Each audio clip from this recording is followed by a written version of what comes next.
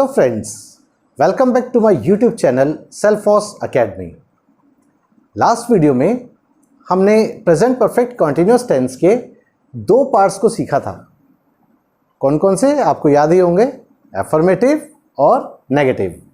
आज की वीडियो में हम इसी के आगे दो पार्ट्स और सीखेंगे, इंटरोगेटिव और इंटरोगेटिव नेगेटिव।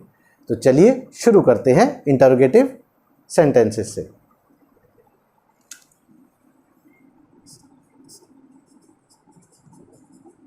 इंटरोगेटिव यानी कि जिसमें क्वेश्चन पूछा जाता है। इसका फॉर्मेट है, सबसे पहले हेल्पिंग वर्ब हैज़ या have plus subject plus been plus first form of verb plus ING plus object plus since या फॉर एंड क्वेश्चन मार्क। इसमें आप देख सकते हैं हैज़ या हैव, यहां पर ये हेल्पिंग वर्ब है और first form of verb plus ING ये मेन वर्ब है। तो ये हुई हमारी हेल्पिंग वर्ब और ये है हमारी मेन वर्ब। बीन सभी के साथ आना है। सिंस या फॉर का यूज हम टाइम के अकॉर्डिंग करते हैं। अब इसके कुछ एग्जांपल्स भी देख लेते हैं। Have you been driving the bus for 5 hours?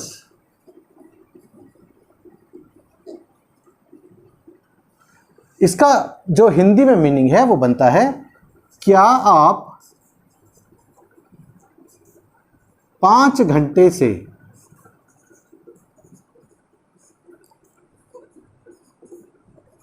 बस चला रहे हैं?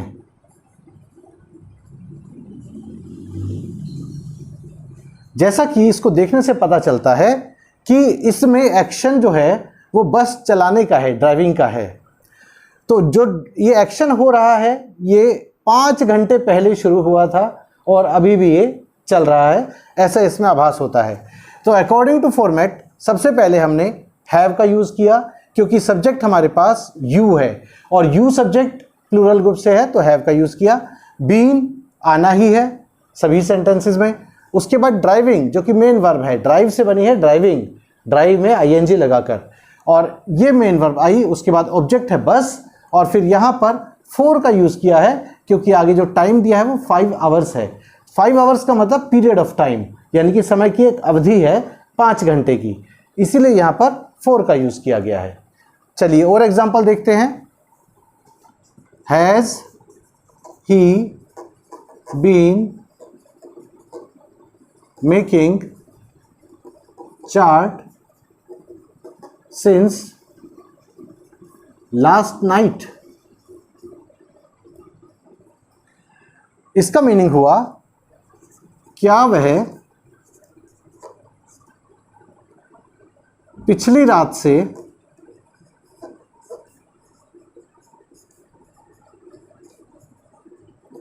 चार्ट बना रहा है?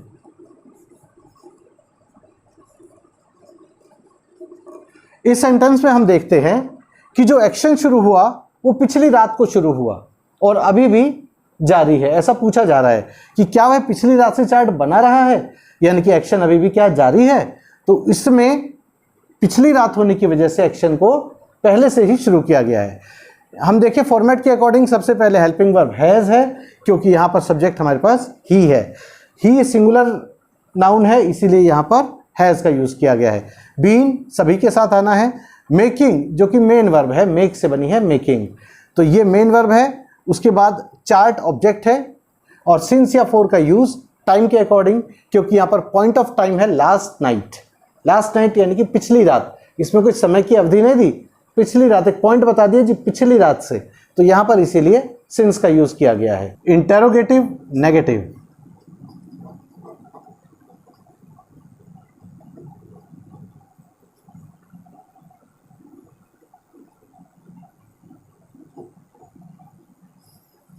इसमें नोट भी आता है और क्वेश्चन भी पूछा जाता है, ये वो सेंटेंसेस होते हैं। इसका फॉर्मेट देख लेते हैं। हैज़ या have plus subject plus not plus been plus first form of verb plus ING plus object plus since या फॉर और लास्ट में क्वेश्चन मार्क। इस फॉर्मेट में सबसे पहले हेल्पिंग वर्ब आती है, हैज या हैव, और इसका यूज जैसा कि आपको मालूम है अकॉर्डिंग टू सब्जेक्ट करते हैं। फिर उसके बाद नोट आएगा क्योंकि ये नेगेटिव भी है, और बीन तो इसमें सभी के साथ आना है, plus first form of verb plus ING, ये हमारी मेन वर्ब है। ये बात भी आप अच्छी तरह जानते हैं।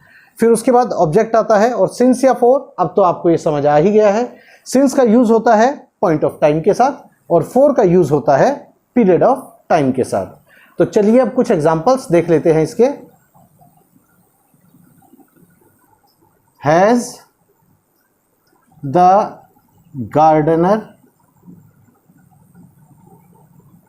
Not been watering the plants since morning?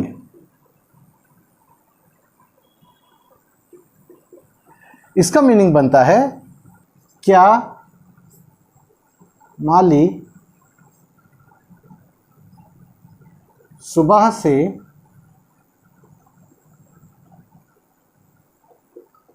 पौधों में पानी नहीं दे रहा है? इसमें नेगेटिव भी आ गया और इंटरोगेटिव मार्क भी आ गया और क्वेश्चन भी पूछा गया है क्या से। तो यहाँ पर सबसे पहले फॉर्मेट के अकॉर्डिंग हेल्पिंग वर्ब यानी कि हैज़। क्यों? क्योंकि गार्डनर एक सिंगुलर नाउन है, माली एक सिंगुलर नाउन है गार्डनर, इसलिए यहाँ पर हेल्पिंग वर्ब हैज़ का यूज़ किया। उसके बाद नॉट और बीन तो आना ही है।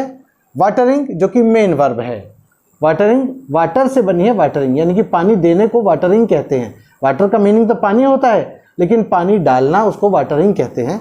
Watering the plants since morning. अब यहाँ पर सिंस का यूज़ हुआ, अब आपको पता चल चुका है कि सिंस का यूज़ इसलिए हुआ क्योंकि मॉर्निंग हमारा पॉइंट ऑफ टाइम है, सिंस मॉर्निंग। इसी तरह अब और एग्जांपल देख लेते हैं। Have they not been singing songs since last night? इसका मीनिंग हुआ, क्या वे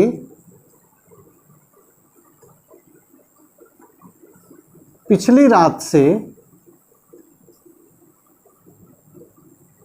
गीत नहीं गा रहे हैं? इसमें हम देख सकते हैं सबसे पहले हेल्पिंग वर्ब हैव का यूज हुआ क्योंकि सब्जेक्ट हमारे पास दे है और दे हमारे पास जो सब्जेक्ट है वो प्लूरल ग्रुप से है, इसीलिए यहां पर हैव का यूज किया। नॉट क्योंकि नेगेटिव है, बीन आना ही है, और सिंगिंग मेन वर्ब सिंग से बना है सिंगिंग। सॉन्ग्स ऑब्जेक्ट है और सिंस या फोर। सिंस का यूज लास्ट नाइट क्योंकि ये भी पॉइंट ऑफ टाइम है, इसलिए यहां पर सिंस का यूज किया गया है। और इसका मीनिंग बनता है क्या वे पिछली रात से गीत नहीं गा रहे हैं? एक और एग्जांपल देख लेते हैं। Have you not been sleeping on the floor for 2 hours। इसका मीनिंग बना, क्या आप 2 घंटे से फर्श पर नहीं सो रहे हैं।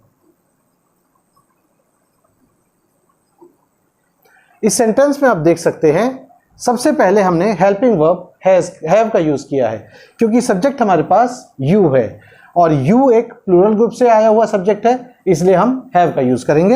Have you not been, been तो आना ही है, नॉट नेगेटिव के लिए है। स्लीपिंग जो कि मेन वर्ब है, first form of verb plus ING, sleep से बना है स्लीपिंग।